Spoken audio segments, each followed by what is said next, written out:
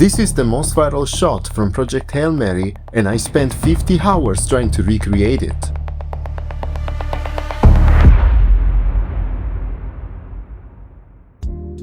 Project Hail Mary is a hugely popular novel by Andy Weir. It's the same guy who wrote The Martian. The movie adaptation came out on March 20th, 2026, and it's been a huge success all over the world. When I watched this movie in the theater, I was like, I have to do this. The crazy thing about this movie is that out of its $200 million budget, almost none of it went to CGI. Exactly. That's not CGI. I will talk about that later in the video. First up is gathering references. Now, since the movie had just come out, I could only rely on official trailers posted on social media, so I grabbed a couple of reference images for the ship and a few for the spacesuit. I'll be completely honest with you guys, throughout the whole process, I actually had other frames from the movie pulled up on a second monitor. I just didn't want to include them here so my video doesn't get taken down. Amazon, it's for the good of the project, I love your movie. Let's break down how the ship is built. We have two types of panels, the ones in the center with a cross pattern and then the flatter ones on the sides. So my idea was to make one single panel of each type and then duplicate them across the entire ship.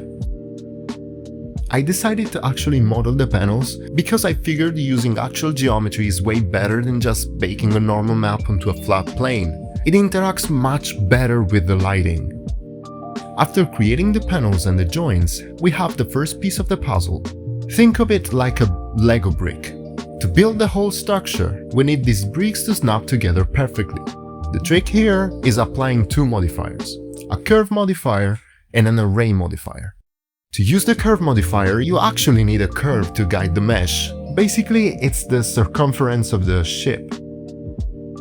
The array modifier lets us create copies of the mesh effortlessly. Plus, every copy is linked to the original, meaning every tweak I make to the original panels instantly updates all the copies. But just when everything seemed to be going great, the first major issue hit. How do you texture a model this huge? In 3D, every polygon takes up space on the UV map, which means the larger the object, the more texture space it eats up. And if the texture doesn't have enough resolution, your object will look like this. Zero details, straight out of a PS1 game. So what's the solution? Texel density. Texel density is a concept mostly used in video games, where hyper-optimization is everything. In simple terms, it's the ratio between a texture's resolution in pixels and the real-world size of the 3D object. In a game, you can't just slap a 4K texture on every single rock, or you literally melt the player's GPU.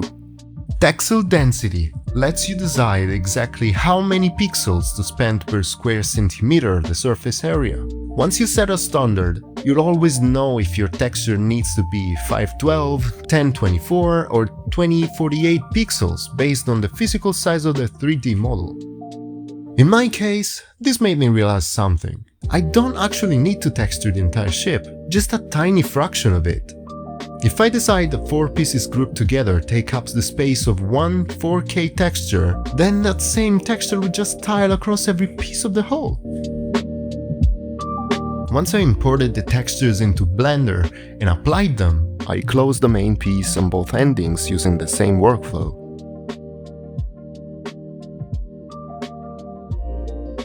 Now, if you think the ship is almost done, well, I have very bad news for you. I actually spent the vast majority of my time on this project, modeling every single accessory on the ship. The main camera, the panels, the landing gear, pipes, more pipes, these boxes, and various other little gizmos that I don't even know the function of. Believe me, I don't even know why I spent so much time on things that will barely be visible in the final render. Wait, 10 hours? Did I actually spend 10 hours modeling little objects? Look, let's just go to the next step. As you might have guessed, I was pretty sick of modeling at this point. Wait, what? Oh, right, the astronaut. Looking closely at the scene, the only thing actually moving is the astronaut, floating very slowly. Since I'm not an animator, rigging and animating a character mesh from scratch would have been absolute hell for me. But luckily, I found this model on Sketchfab, a fully rigged astronaut, complete with a floating animation. Yeah, it looks absolutely nothing like Grace's suit. So back to the modeling we go. I created a custom helmet. Honestly, I only cared about the back being accurate. Then I created the backpack and some extra padding to get closer to the movie design.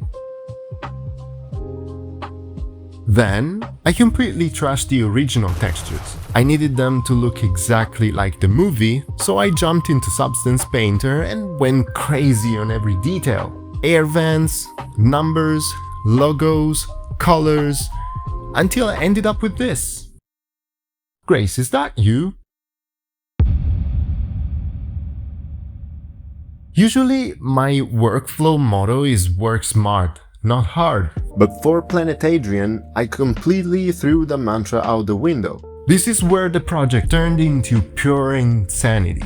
Any sane person would have just used a noise texture, tweaked a few parameters and called it a day. Me, going full work hard, not smart mode, I dove headfirst into fluid simulations.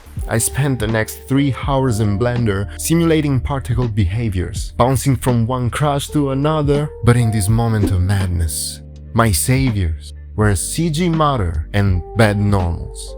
Without getting too deep into math and physics, the core concept here is divergence. In 3D graphics, if you simulate a fluid using a noise texture, the particles tend to clump together in one spot, overlapping and leaving empty gaps behind. That's divergence. In real life though, fluids are incompressible. That means when two particles meet, they push each other away, sliding past one another. The solution then is setting divergence to 0. After doing some vector math, I got this result. Which probably means absolutely nothing to you, but once you apply some color using a color ramp, it all starts making sense. But how do I go from this to the Project Hail Mary planet?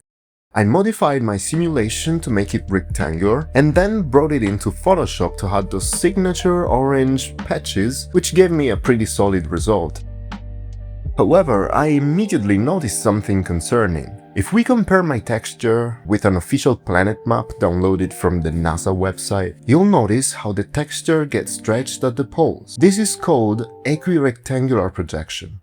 Imagine a globe. The equator is a very long ring, while the North Pole is literally a single point. If you want to unwrap that globe into a flat rectangular image, you have to smear that single point at the pole until it fills an entire horizontal row of pixels at the top of the image. That's why it visually looks so pulled and distorted.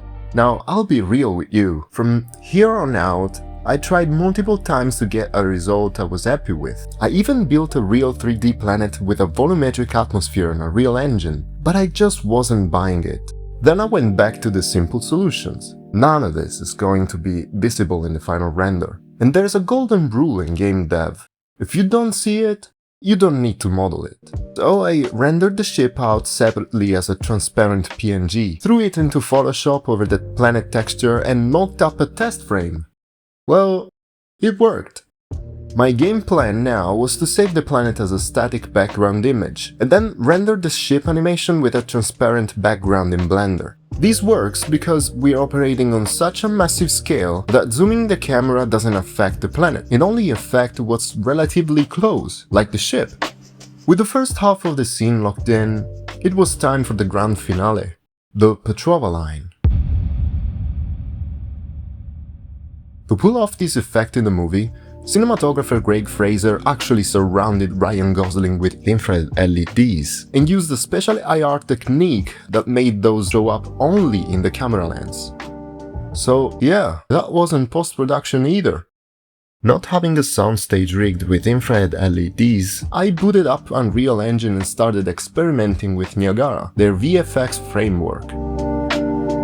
I built my first Niagara system to spawn particles around the spherical surface, and then made it so the particles were drawn toward a single point. If you look at the original scene, it really looks like they're converging towards the center. Then I matched the color and created a simple texture, which gives the particles slightly different, randomized shapes. To make them blink, I had to mess with the opacity slider. This weird math function is actually super simple. The opacity slider goes from 0 to 1, with 0 being invisible and 1 being fully visible. If we think of the slider oscillating back and forth like a wave, using a sine function makes total sense. A standard sine wave takes any x value and outputs a number between -1 and 1. Since I only needed values between 0 and 1, I wrapped the function in an absolute value. This flips all the negative numbers into positives. We now have a continuous, looping, periodic function that always spits out values between 0 and 1.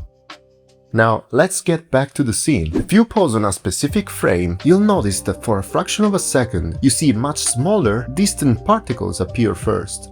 So I ultimately created 3 separate Niagara systems. One for the tiny, distant particles, then we have the main system, and a third for the semi-transparent particles that hit the camera lens.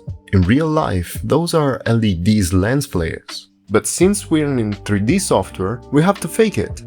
After rendering everything out, I took it into DaVinci Resolve for some light color correction, slapped on some lens flares and bloom effects, and added a little bit of film grain. So let's recap. We've got the ship, the astronaut, the planet, and the astrophage. I'd say it is time go.